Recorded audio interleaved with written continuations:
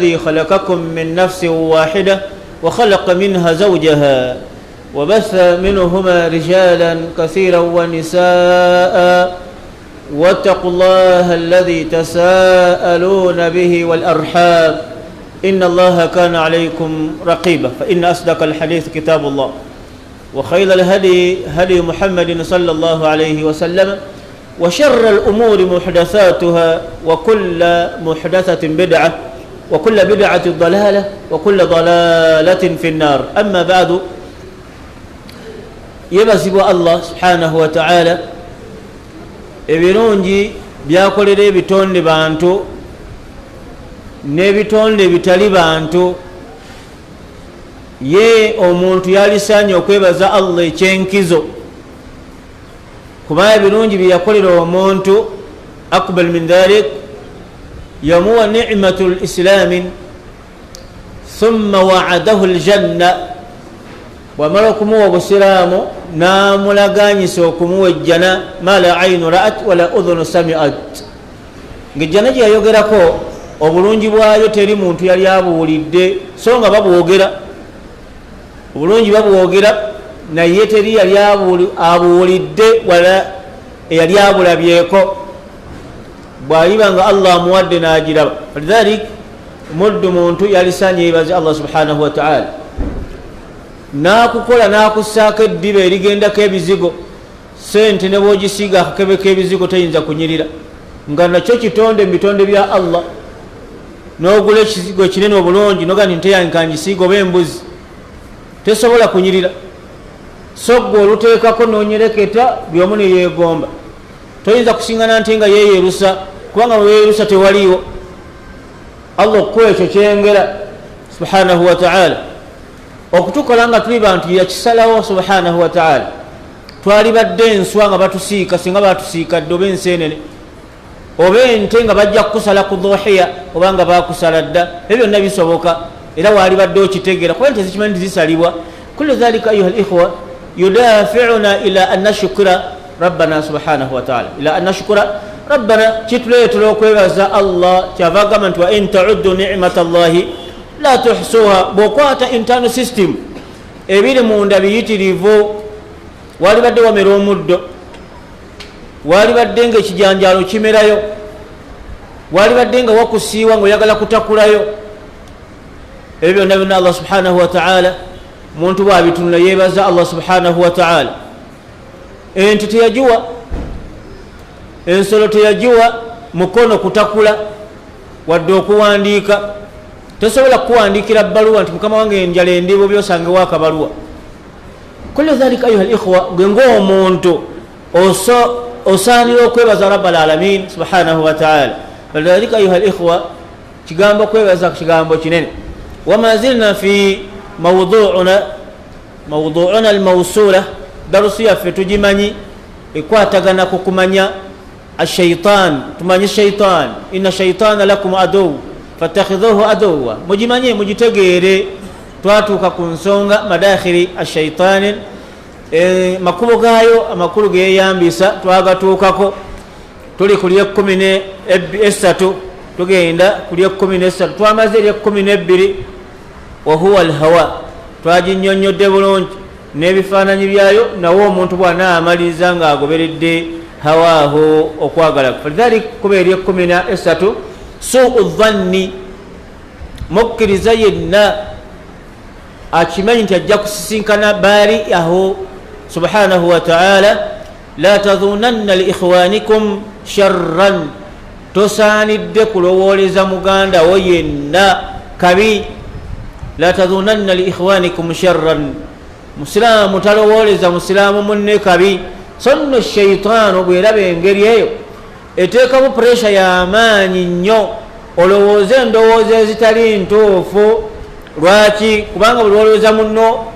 ekikyamu imma okumaliriza nga Allah agenda kukookya muliro falidhalika qala rabbuna Allah yatulaga ensonga nnyingi nnyo nga betugenda okubeera nga tugitunuulira fa inna as-su'u dhanna inna as-su'a adhanni okulowooleza omuntu obubi min al-fakhakha alladhi أو التي يصطاد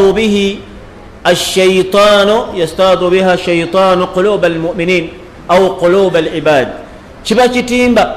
shayitaani kyeyigisa kyetegesa okusula abantu mu nsobi. سوء الظن من الفخاخة التي يصطاد به الشيطان قلوب العباد. kimu kitimba shayitaani kyetega okuyigga abantu ebasuule mu nsobi. lwaki? fa inna su'a dhanni okulowoleza obubi min atafukiki almujtamaat endowooza embi z'oba nazo eri abantu banno kimu ku nsonga eyawukanyawo abali awamu okulowoleza obubi kukutula society. so dhanni min al awamiri zezimu ku factors ezibeerawo tafukiki almujtamaat okuyuzayuza abali awamu. senga olowoleza nti ono yabbye sente zange nabuliddwa sente zange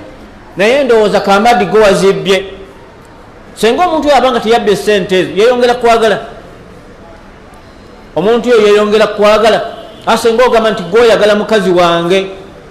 mutuufu ndabanga mukazi wange omazeeko emirembe, haqiqatan amrun nga wallahi tomugambangako n'ekigambo kyonna, mugenda kusigala bumu. falidhalika ayuha likhwa suu dhanni okulowoleza omuntu obubi min al awamirin zezimu ku nsonga tafukiki aljitamaat okwawula wabali awamu wa ifsada alalaqat n'okugjawo enkolagana wataqtii alawasil almahabba n'okugjawo ebintu ebireeta okwagala. muntu otayinza kukukolera kintu kikuleeta kibayagalanya nga wamutemeredde wamulowolereza su'uzan atuhuma tekisobokera ddala abadan. falidhalika qala rabbul alamin, allah bwamala okugiraba ensonga eyo ngejja shayitaani jjajjeyambisa okubuza abantu n'atulaga bulungi ti ya ayuha alladhina amanu, abange mwe abakkiriza ejitanibu, yasooka nakubayita sifa nnungi bakkiriza ejitanibu kathira min adhanni fa inna ejitanibu kathira min adhanni, mwewalire ddala nnyo okulowolereza bannammwe ekintu kyonna ekikyamu ekiba kiguddewo. falidhalika ayuha likhwa, allah tugamba nti ya ayuha alladhina amanu ijtanibu kathira min adhanni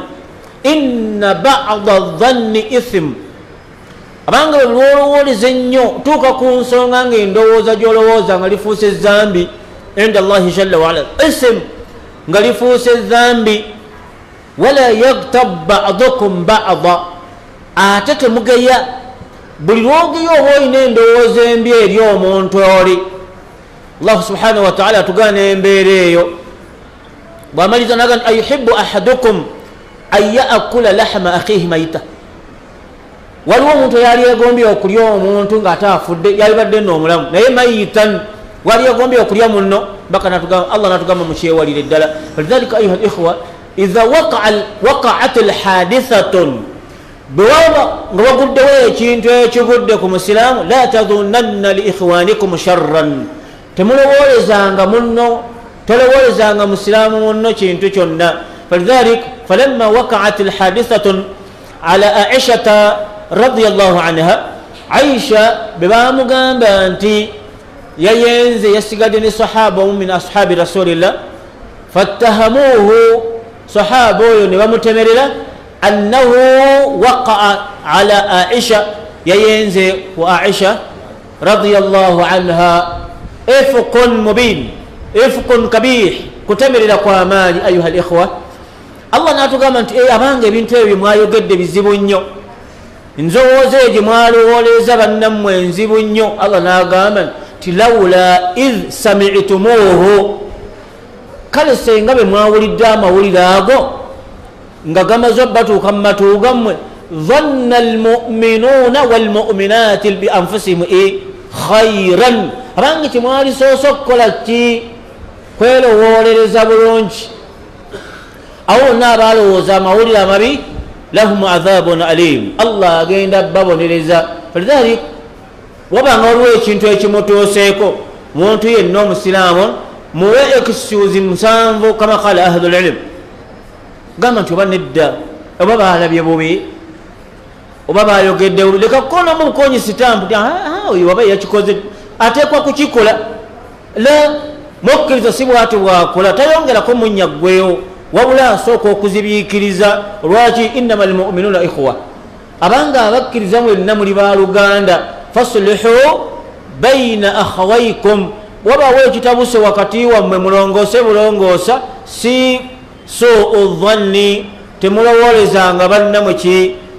ndowooza mbi, muba mugodde mu zambi nga Allah subhanahu wa ta'ala bwajjanga alitulaga. Falidhalika wakaa dhalik ala ahdi nabi sallallahu alaihi wasallama, mulembe gw'omubaka waliwo ibara statement yajja nerabikawo ala ahdi rasulillah sallallahu alaihi wasallam. Lwaki obusiraamu butugaanira ddala wukuufi fi mawqifi shubha, gwe ng'omukkiriza naawe bakugaana okuyimirira okubeera awantu bayinza okukulowooleza endowooza enki embi, so senga abanga ayimiriddewo ate gwe tomulowooleza. Falidhalik anna safiyata zawjatu nabi sallallahu alaihi wasallam, safiya omu ku bakyala ba nabi sallallahu alaihi wasallam, kana nabiyu taqulu zawju nabi taqulu zawjatu nabi, mukyala ono agamba nti kana nabiyu mu'takafa fi lmadina, nabbi lumu yali agenze kukola i'tiqaf mu madina. bwagenda okukola i'tiqaf fa aradat an tazula zawjaha, mukyala ono nayagala agende alabe kuki kubbawe muhammadin sallallahu alaihi wasallam, nagenda fazalatha omukyala ono fadhahabat ila nabi, nagenda mumuzikiti. wakana nabi mu'taqifan, yali ali mu i'tikaf. thumma mukyala nabuuza kubbawe, amala okumubuuza kubbawe fa aradat an ta'uda ila manziliha, nayagala ddeyo. kiki twagala tila taqumu, tosaanidde kubeera mu kifo fihi tuhuma, bayinza okukulowoleza ekikyamu gwe ng'omukkiriza.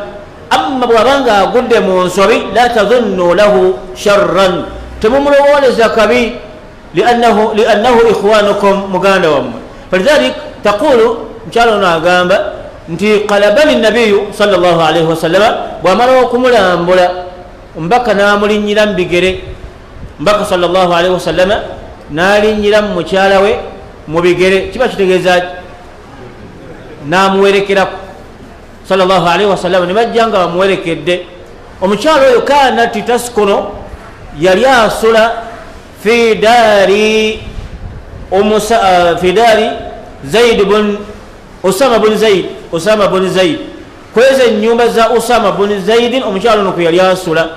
mukyala ono kwe yali asula ku nyumba zani usama bun zaidin. thumma mbaka namuwerekera namutuusa. fajaa rajulani, niwayitawo abasajja babiri min ashabi rasulillah, faraayahu, ne bamulengera ng'ayimiridde n'omukyala oyo. wala ya'rifaniha, baali tebamumanyi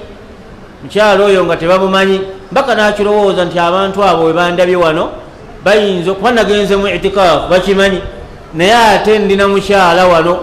wala ya'rifaniha, ate nga tebagiraki tebamumanyi. kati falamma ra'aya rasulallah, bebamulengera asra'a, bayitawo misinde, bayanguwa nnyo nga bamulengedde n'omukyala. fada'ahuma nabiyu, mbaka nabayita nabaga mukomewo ala risilakuma, mukomeewo musooke mujje. fajaa, ne bajja ila nabi sallallahu alaihi wasallam. faqala lahuma, mbaka nabagamba nti abange inna hadhihi mura'a, banga omukyala ono gwe mulaba zawjati. qalu subhanallah, kiki baali bategeeza kafe tugambye eki, kiki tugambye nabati la hadhihi mura'atu safiyatun binti hayyin, mukyala ono azaalibwa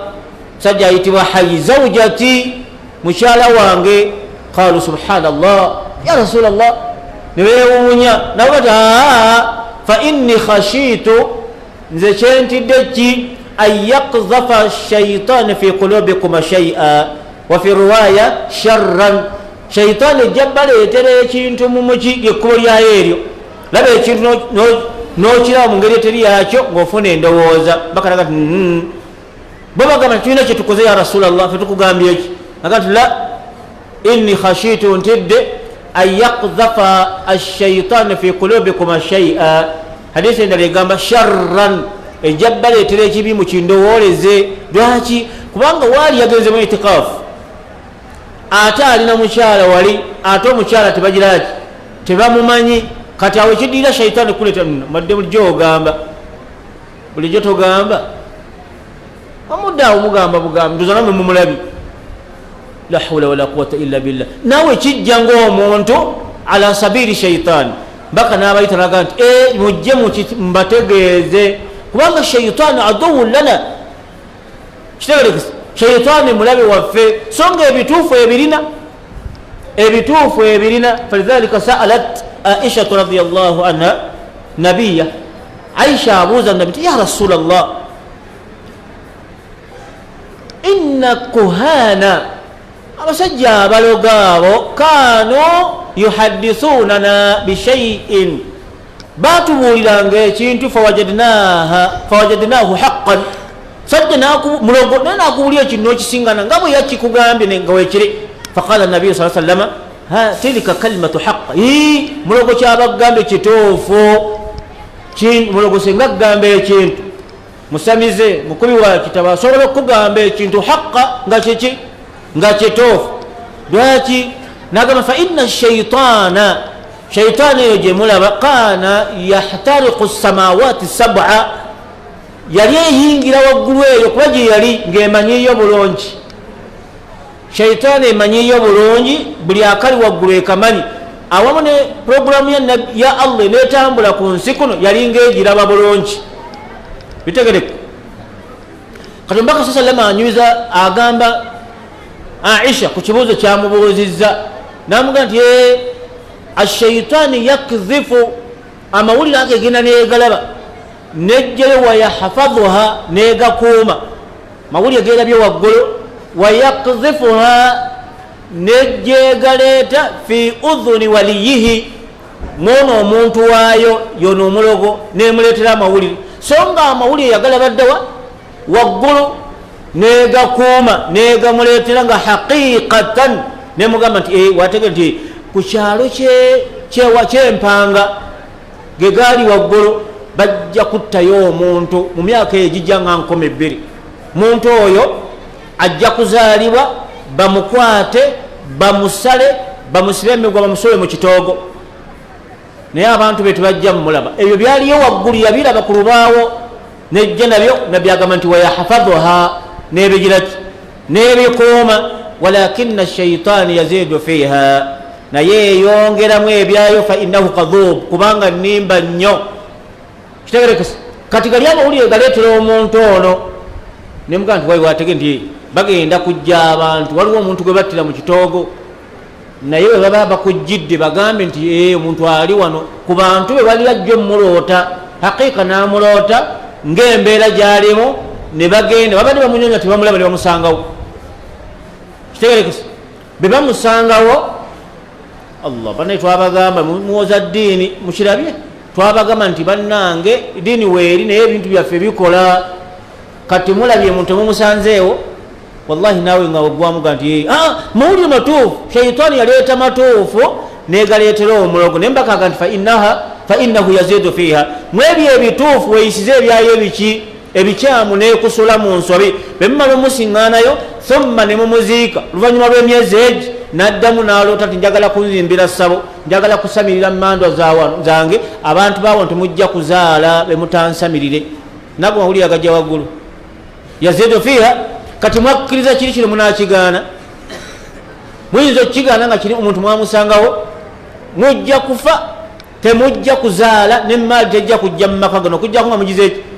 Kati Omubaka kyagamba sallama, kyebigambo ebituufu ebirina, naye ate egiraki, eyongeramu. Kati nawe oyinza okulaba mubaka mutuufu sheekhe mutuufu nekwongeramu wamulabye bamujjo mumugamba ndi bebaseeka bamwe mwina ayimirira tyawo mukyala neki mukyala munzikiza eyo nekuleetera endowooza eyo fazananta akhalak nolowooleza muganda wo sharran faqad waqa'ta fi dhanbi bal ithman falidhalika qala rabbul alamin oba ogudde mu zambi oba ogudde mu kubonerezebwa Allah n'atugamba nti wala yagtab ba'dukum ba'da abange temugiraki temwogera ku bannammwe ejitanibu kathira min adhanni abange temulowolereza nnyo bwobanga waliwo ekiguddewo kyonna kakkanya mbeera naye toyongeramu buki bwongezi falidhalika inna shaitana lakum aduwu fattakhidhuhu aduwa kati ekkubo lyokulowolereza lireeta mu bantu nnyo nolowooleza nakigundi atambula li mukago emulamanyo negundi gundi abanga akola kino okujjako ng'olina ilimu yaqin ku nsonga eyo naye olwanga okyalowolereza oba ogenda gwa mu tabbu ennene naye ate nga tojja kugenda ogireki wenenye la tojja kwenenya wayahsabuna annahum muhtadun mumulowooza nga abali ku kituufu olowooza bulungi naye ng'oguddeyo wala yastagfirun naye tojja kugenda okyenenye okirowoozeza nga ggwe ku muganda wo omusiraamu wala yastagfirun toyinawo chance egenda wenenyeza omuntu oli ogenda bisingana yawma alqiyama eswala nga bazitwala bisibo babitwala ng'olabira ddala bulungi nnyo ya laitani kuntu turaba kale senga nfuuka ettaka akasida eswala zonna bazikekedde bazitutte tolinaawo kwogera ku munno kumulowooleza bubi ate nga towamanya towulira na buzito bwakyo gwenosigala ng'opakira swala zo ng'okolera batwazi waliwo abagenda okusiba ramadani jja Allah wanabakkiriza ng'ayina bataamalayo kusasula mulundi gule lwa bigambo bina ndowooza mbi agenda kusiibira oyo ye tasiibangayo nakiki neki byonna bagenda bitwala so odhanni lwa ndowooza mbi gye tulina lwaki lianna so adhanni min almadakhili shaitan makubo ge yeeyambisa okukola ki an yastada quluba almuminin okuba nti emitima gy'abantu egibbamu ekyo Allah kyayagala neeteekamu ekyayo so odhanni okulowolereza muganda wo obubi falidhalika ayuha alikhwa tujja komaawo ku nsonga eya13 so odhanni okulowolereza kigambo kibi nnyo wala tajassasu hatta buli lwowolereza muganda wo obubi oteekako n'okumuketterera olabe ddala nti mutuufu nekyakola n'oketta wala tajassasu era Allah n'akireeta temuketteriranga bannammwe ojja gwa mu nsobi nnene toketta muntu yenna falidhalika qala ahlul ilm abamanyi batugamba nti ne simu y'omukyalawo si kirungi giketta essimu y'omukyalawo leeta ndabe n'avaawo neyeewongula n'obikkula wahakadha n'abasajja bwe bali la yajuzu dhalik la tajassasu jaggwa mu nsobi lwaki Muhammadu yayingidda Muhammadu ono nga simumanyi mu ssimu muno yazzeemu atya mu ssimu y'omukyala wange olowooza bulungi banedda ezzeemu etya bamanyi batugamba tekikkirizibwa kwata ssimu ya mukyalawo bw'abanga mukyalawo n'ogikebera n'oddeeri n'onyiiga n'ozimba shaitaani ng'epressurizinga obusongo ng'ogejjesa oluvaamu lwakerera kyayinga omukuba tteka ebula kumutta busi so si kyayoono walaba Yusufu mu ssimu ye ate omwagala ate omuti omugamba nakubuuza niseeka simu yange ogikutteko oti toyagala mweraga kati shaitaani neeyitaawo lwaleeta kyayinga akeereye etteke gyalya ngeri musajja wange gwempangadde naye emyaka gino gyonna kyayinankubya nakola n'ekisinga ekyo naye nga tomanyi ekyo shaitaani yeetaddemu nakola n'ekisinga ekyo wallahi teyankuba naye laba omusajja bwankubya etteke ebula okunzita oba oluyi lwaki tajassasu wakessa essebo n'osingana mu byoteesiga wahakadha n'omukyala ku simu yaani yabbaawe qala ahlul ilmi la yajuzu dhalik min baabi tajassusi oba oyingidde mu kugira ki Allah kyagamba nti wala tajassasu toketta musiraamu munno bw'otuuke ku kituufu la yajuzu dhalik tekikkirizibwa mu ddiini ey'obusiraamu kama sami'na ayuha alikhwa nga bwe tukiwulidde siraamu butulaininga omuntu n'awangaalira ku levo eyo Allah gyagira ki gyayagala wa rasulahu sallallahu alayhi wasallam bw'obanga toyagadde kusoma ddiini owangaala bubi siraamu tebutukkiriza kukebera masimu mu ngeri zifaanagana bwe zityo illa bilbayinatin okujjako ng'olina obujulizi obugira ki obugikebeza julizi weebuli nokebera essimu eyo olw'obujulizi naye oyagala kulaba kettira adikula la jaggwa mu nsobi esinga kweyo maaso g'ekitiibwa allahu subhanahu wa ta'ala subhanaka allahumma wabihamdik ashhadu an la ilaha illa anta nastaghfiruka wa natubu ilaik walhamdulillahi rabbil alamin waliwo alina kyabuuza bitegerekese naam alaikum assalam wa rahmatullah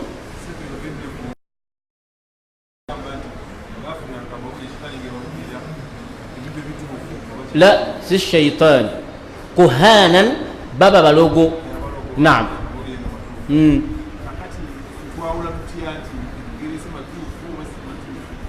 نعم twawula tutya gano gerese matuufu oba si matuufu kati senga oli kyetulabye ekyokulabirako senga oli akugamba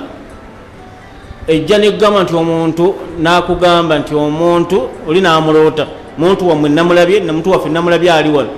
nogenda nomujjayo nemumuziika nemumusiŋŋaana kituufu wali wataliiwo mumuziise kati ate bekugamba okuzimba essabo era nga bemujja okufa era nga bemutajja kufuna ssente ku byombi ekiriwo kikusuula mu buzibu oba olaba kitegeeredde kuki evudde ku mulamwa ogulaba bulungi nnyo tikati evudde kuki ku mulamwa kitegerekese senga oli akulagula nagamba kino wategere nti togenda kuzaala mwana n'omu gwe tojja kuzaala kituufu oba nedda senga oli agga ntojja kuzaala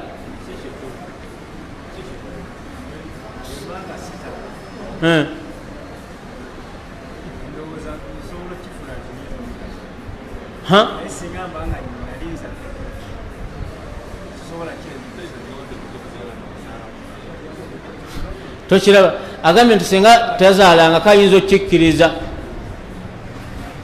era kubanga ni aya weeri allah agamba nti wayajal ma yashaau aqima waliwo allah bayagaliza okugira obutazaala ne babeera aqima nga tazaalira ddala nekugamba nti oyinza obutazaala oyinza okukikkiriza oba nedda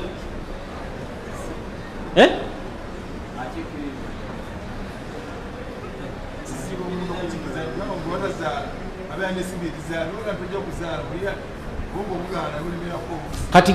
oyo afaanana bwati waliwo akikkiriza nti kituufu kubanga allah yagamba nti waliwo gwafuula atazaala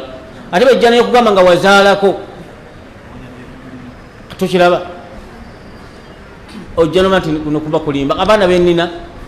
kati ngambe nti tazijja kugira ki kati olwo begenda kukuleetera okweraliikirira okuyitirivu nnyo tiwaliwo ekiguddewo nti manyi ekikuganya okuzaala so nga badde ozaala manyi ekiganya okuzaala kati munesimanyi kati wesetinga wetereeze olegenda kukusuula muki munsi naye wali omukkiriza anywera naga nti mutuufu nyinza obutazaala kuba allah yakyogerako dda oba ntegereka osobola okubimanya singa weetudde mu madaaris ilimu zisobola okukutegeeza ku nsonga efaanagana bwetu biidhinihi subhanahu wa taala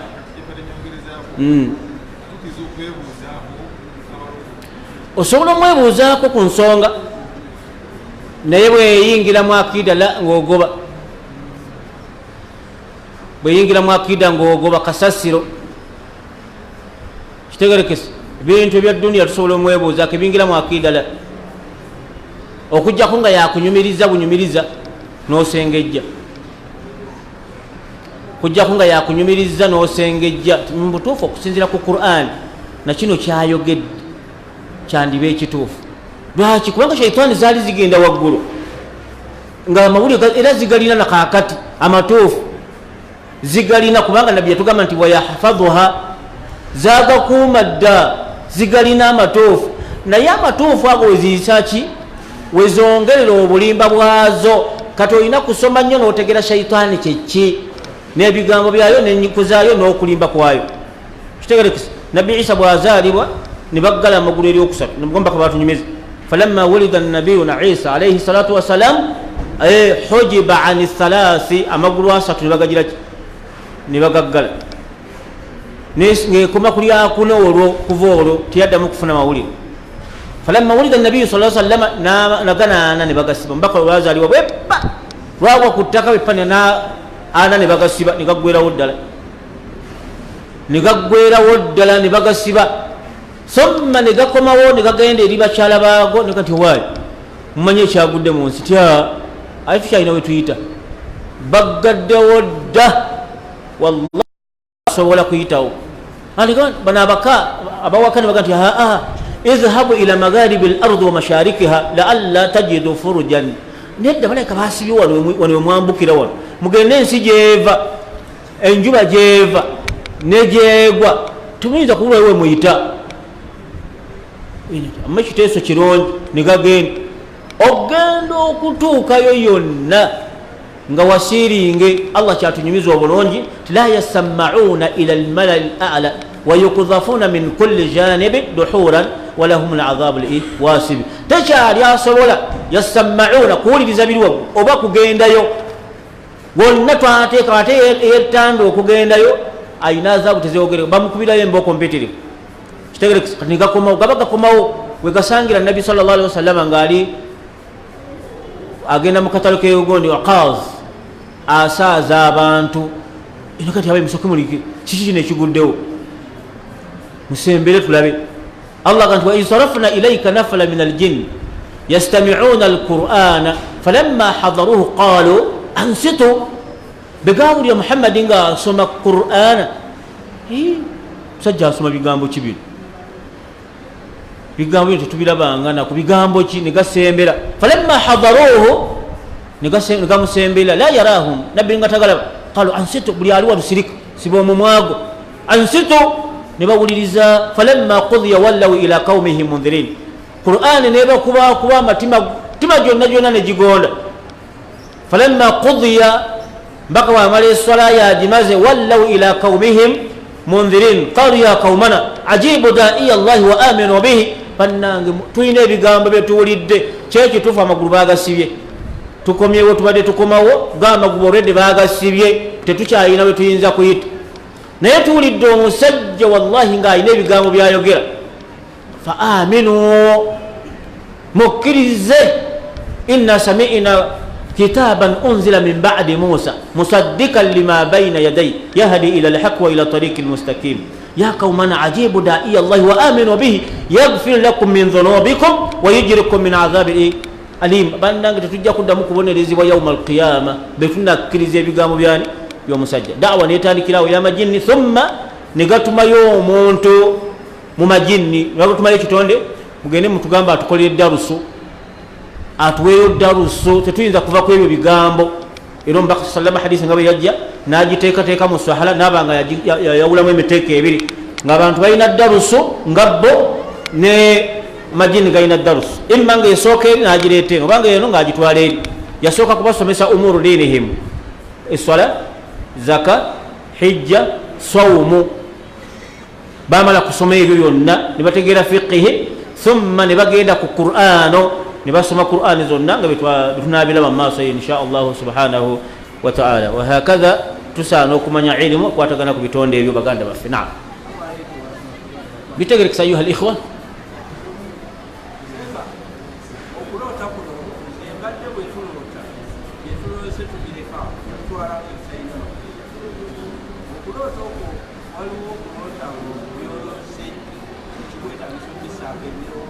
qala sallallahu alayhi wasallam baka omuganda bafabuuza titumbadde ndowooza betulota tulekaawo naye waliwo betulota nga birina amakulu. Naam qala sallallahu alayhi wasallam baka yagamba nti alhilimu min ashaitan okulota ebitiisa byonna biba bya shaitaani amma arru'ya min Allah naye okulota ebirungi Allah yaba akumugoleddeko nayagala abikulage kitegerekesa. Lidhalika kirungi obanga olose ekirungi ogenda okinyumizeko ne munno amma ekibi tokinyumyako kubanga shaitaani ayinza okuyitaawo olina ateeka mupulisa nakugamba nti nakugamba olabye siko ubiroso wenyini nakugamba abaana basibe eddagala ndozo birabi bulijjo nkugamba kati bokyerootedde wenyini ebintu omwe gyebiri mubikoleko notandika nawe okukula omutima nga gweraliikiridde ekibi tebakinyumya ekirungi genda okinyumyeko kitegerekesa.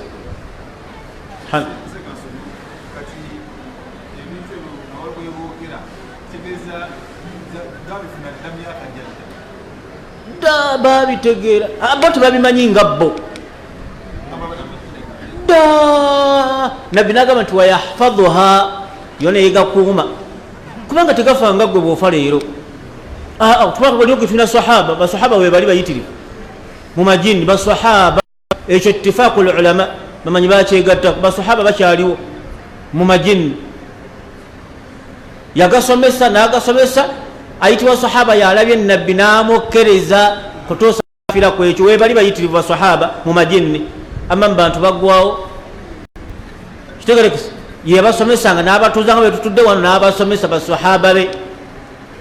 era webali kitegerekesa lidhalik bakuuma dda amawulire da kakati ejjayo bujja nemanya nti kati wano nja kubuza abantu kino kijja bayingira nja kuyisaawo ekyanga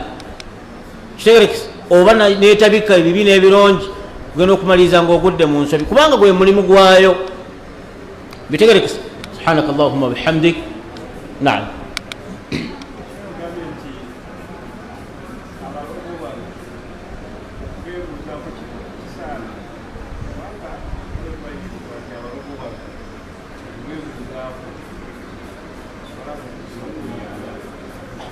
twagambye kubaddewo akawaayiro tisenga oweebuuzaako ku bya aqiida nazaala nafuna sente anyandoga bwe bityo ozikiridde senga obakkiriza eswalazo bazikutemyeko amma ebisigadde osobola omubuuzaako bwaba birinako ilimu kitegerekesa nga aqiida si balungi wabula kiriko obujoleze tolina buzibu amma bwekibanga tekirina bujolezi nakuleetera zikiridde ojjaku kyalisinza obulungi butabeebuuzaako kubanga shaitaani weeri nnyo ejja kukusula mu nsobi muntu ayagala nyo twasomye ku hawa muntu alina byayagala bingi kati bwekulanga weebuuza nnyo ku mukyamu oli kanti onaawedde ejja kukusula mu nsobi olabe nga nesobola okendezeza olabe nga tukyalina n'apetaiti ya ibaada tesi kirungi kwerirani mbaka yatugaana okulundira embuzi ku lugo yagamba tolundira mbuzi kuki ku lugo sobeerawo naye esobola okubba amalagala negagiraki gwe wafuuse ensonga lwaki wagisembeza wano lwaki wasembeza embuzi ku lugo kuba yeba yagala kulya oyinza okuba oli ku simu booti nejekandula amalagala gaki